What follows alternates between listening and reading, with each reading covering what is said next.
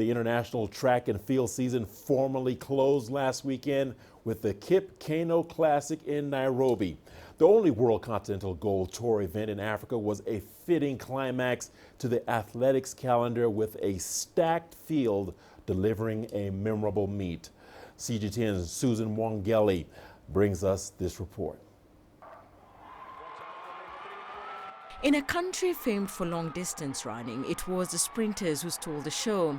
American Trayvon Bromell was the undisputed star of the meet when he won the men's 100 meters in 9.76, the fastest time this year and the sixth fastest of all time. I can say yeah, I can also say no. I ran 9.77 early in the year, so I feel like it probably helped. I just tried to focus on ending this season strong. I didn't really think too much about the altitude. Fellow American Fred Kerley ripped the track in the men's 200 meters, running the fast sub 20 seconds on Kenyan soil.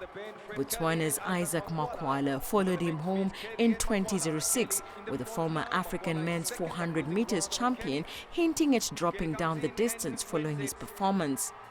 I'm really happy about my time today. So I ran my season best. I came here with season best of 20.15. So I ran 20.06 now.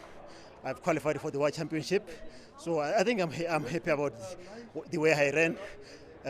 I thought I won't run that fast. Look at this season. It's been a long season. So I think I'm so happy about it.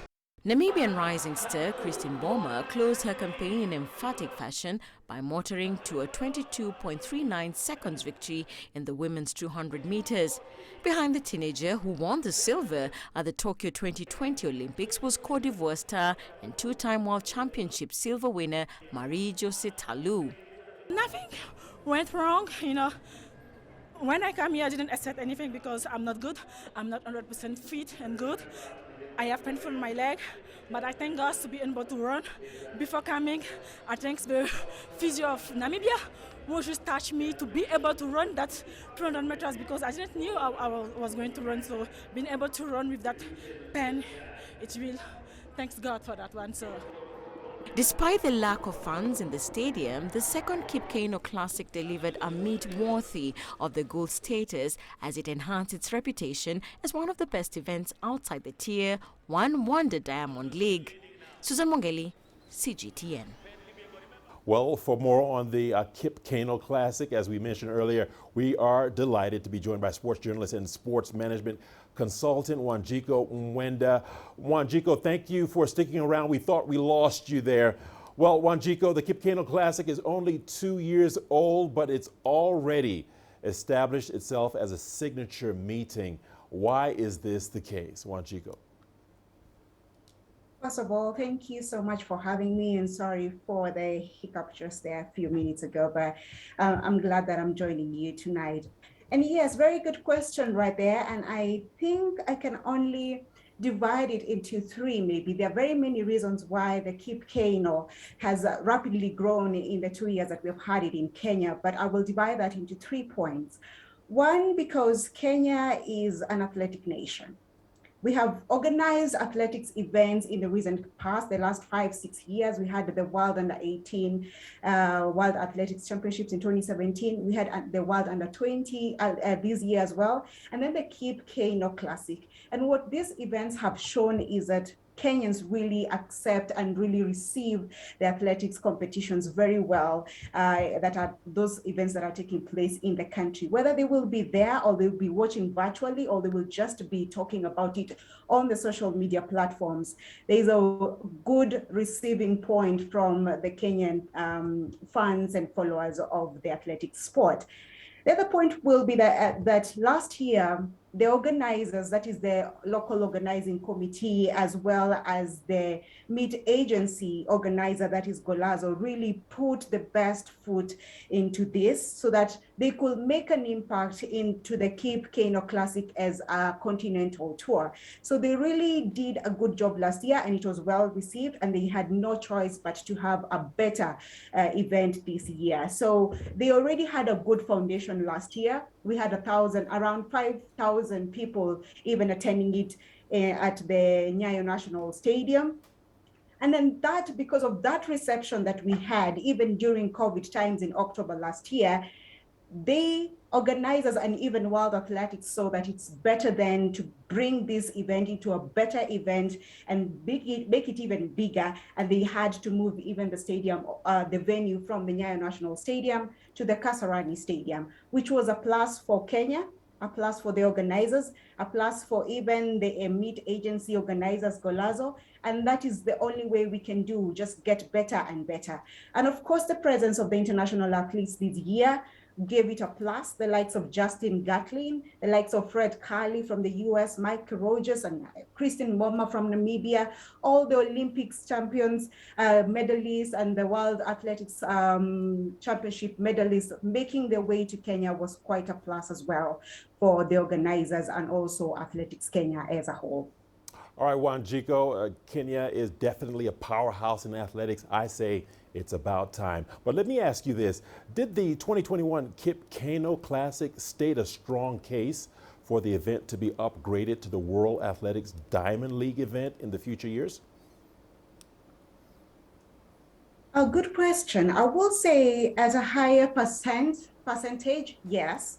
But there's also what we call the 80-20 rule that applies in everything, every aspect about life. Yes, we had a first year last year, very good event, another better event in 2021. But this is a platform that we've been given in the next 5 years, in a period of 5 years, Kenya to organize a continental tour. How we are going to handle this now is what will prove whether or not we are going to be promoted to the Athletics Diamond League category. Remember that in Africa, we only have the Diamond League taking place in Rabat, Morocco. It has happened there in a couple of times, a couple of years and seasons. But if we continue in this kind of form for the Kipkeino Classic, then maybe in the fourth edition, 2 years from now, there's a likelihood we can get that promotion to the Athletics Diamond League stage. However, that said and done, we need to do a lot of improvement in organization. Remember, sports events organization is quite a huge stakeholder of the sports ecosystem. And every country that is being granted this kind of opportunities to host global events then really need to put an A game in events organizing. Now, we had already done 2 years of it. We can only get better. We can only put a best foot forward. We can only sharpen our skills, especially in events organizing, and make sure that we are on that level of the Diamond League category. All right, Wanjiko, before I let you go, you mentioned Justin Gatling, one of my favorite athletes, one of the few men to beat Usain Bolt in the 100 meters. What were your highlights from the event that will stick with you for a long time? Do tell us. That very point that you talked about, the Justin Gatlins of this world. I had an opportunity to organize a press conference just the day before the event, because we were part of the organizing committee as well, which was also a highlight for me. And meeting and rubbing shoulders with the likes of Justin Gatlin and Fred Curley, an athlete who has shown tremendous talent in the sprints, in the 400, 100, and 200. You're not likely to just meet athletes who are all-rounded like that in different race categories. But also, other than that, that's a personal part of it. I was very humbled to see a Kenyan sprinter record an African record on the 100 meters race categories on Kenyan soil on high altitude. That means that Africans can do better, we can grow better. We need to change the narrative of just being long distance or middle and long distance athletes, but we can also nurture what we are seeing, the rise of sprinting in the country, in Kenya, in South Africa, in Namibia, Botswana, as well as West African countries. So we really need to put a lot of investment in sprinting races as well. All right, Wanjiko, let's leave it there. Thank you so much for joining us here on Sports Scene.